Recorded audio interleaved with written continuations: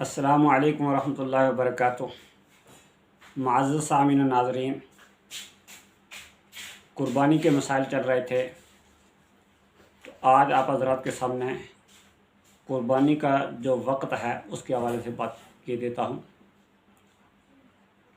قربانی کا جو وقت ہے وہ 3 ایام ہیں۔ ذی الحجہ کی 10ویں تاریخ کی صبح صادق سے لے کر تو 12 ذی الحجہ کے سورج غروب ہونے تک یہ قربانی کا وقت ہے۔ البتہ اس میں تفصیل یہ ہے کہ اگر قربانی کا جانور ایسی جگہ پر ہے جہاں عید کی نماز واجب ہے، یعنی بڑا گاؤں ہے یا شہر ہے یا مضافات شہر ہے، جو بھی ایسی جگہ ہے جہاں عید واجب ہے، تو اس صورت میں عید کی نماز پڑھنے سے پہلے قربانی نہیں ہوگی۔ اگر کسی آدمی نے عید کی نماز پڑھنے سے پہلے قربانی کا جانور ذبح کر دیا تو وہ قربانی کا نہیں ہوگا، پھر وہ گوشت کے لیے ہوگا، قربانی کے لیے اس کو دوسرا جانور ذبح کرنا پڑے گا۔ نبی اکرم صلی اللہ علیہ وسلم نے ایک مرتبہ نماز پڑھنے کے بعد دیکھا بعض لوگوں نے قربانی کی ہوئی ہے، تو آپ نے فرمایا کہ اس کی جگہ دوسری قربانی کرو، یہ گوشت کا جانور ہو گیا، یہ قربانی کرنی ہے۔ تو جو ایسے علاقے ہیں جہاں عید واجب ہے تو وہاں قربانی جو عید کی نماز پڑھنے کے بعد ہوگی۔ البتہ کسی وجہ سے وہاں عید کی نماز نہ ہو سکی، کوئی امام نہیں تھا یا کوئی مسئلہ ہو گیا، تو اس صورت میں پہلے دن اگر عید کی نماز نہیں ہوئی ہے تو اس صورت میں زوال کے بعد وہ قربانی کر سکتے ہیں۔ تو زوال سے پہلے نہیں کریں گے، زوال کے بعد کر سکتے ہیں، پہلے نہیں کر سکتے۔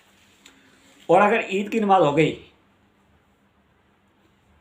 اس کے بعد کسی نے قربانی کی تو بعد میں یہ پتہ چلا کہ عید کی نماز کے اندر کوئی ایسی غلطی ہوئی کہ اس کا اعادہ کرنا پڑا، تو قربانی کی اعادہ نہیں ہوگا۔ پہلی مرتبہ عید کی نماز پڑھ لی گئی، بے شک وہ نماز خراب ہو گئی، لیکن اس کے بعد جو قربانی ہوئی ہے وہ قربانی ہو گئی ہے، دوبارہ قربانی دوبارہ نہیں کی جائے گی۔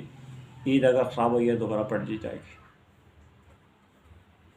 تو بہرحال شہروں کے اندر، مضافات شہر میں، قصبوں میں اور قریہ کبیرہ میں عید کی نماز سے پہلے جو ہے وہ قربانی جائز نہیں ہے، اگر کی تو دوبارہ کرنی پڑے گی۔ اور جو علاقے چھوٹے دیہات ہیں جہاں عید نہیں پڑھی جاتی، عید واجب نہیں ہے، تو وہاں صبح صادق کے بعد کسی کی وقت قربانی کر سکتے ہیں۔ اور یہاں یہ بھی یاد رکھیں کہ یہ اعتبار جانور کا ہے، قربانی کرنے والے آدمی کا اعتبار نہیں ہے۔ اس کا جانور اگر شہر میں ہے تو عید کی نماز کے بعد ذبح کیا جائے گا۔ اس کا جانور اگر دیہات میں، چھوٹے دیہات میں ہے جہاں عید نہیں ہوتی، تو صبح صادق کے بعد ذبح کر سکتے ہیں، بے شک وہ آدمی خود شہر میں ہو یا دیہات میں ہو، آدمی کا اعتبار نہیں ہے۔ تو آدمی اگر چھوٹے دیہات میں ہے، جانور شہر میں ہے، تو عید سے پہلے ذبح نہیں ہو سکتا، اور آدمی اگر شہر میں ہے، جانور دیہات میں ہے، تو عید سے پہلے ذبح ہو سکتا ہے۔ اعتبار جانور کا ہوگا کہ جانور کس جگہ پہ ہے، آدمی کا اعتبار نہیں ہوگا۔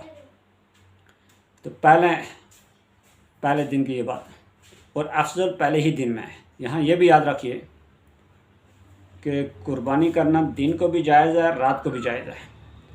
البتہ رات کو فقہا نے جو مکروہ لکھا ہے وہ اس وجہ سے کہ رات کو روشنی کم ہوتی ہے، دن کو روشنی خوب ہوتی ہے، سورج کی روشنی ہے، اور رات کو جو اپنی روشنی کا انتظام کیا جاتا ہے وہ کم ہوتی ہے، اور بسا اوقات خطرہ بھی ہوتا ہے کہ وہ روشنی کہیں زائل نہ ہو جائے کسی وجہ سے۔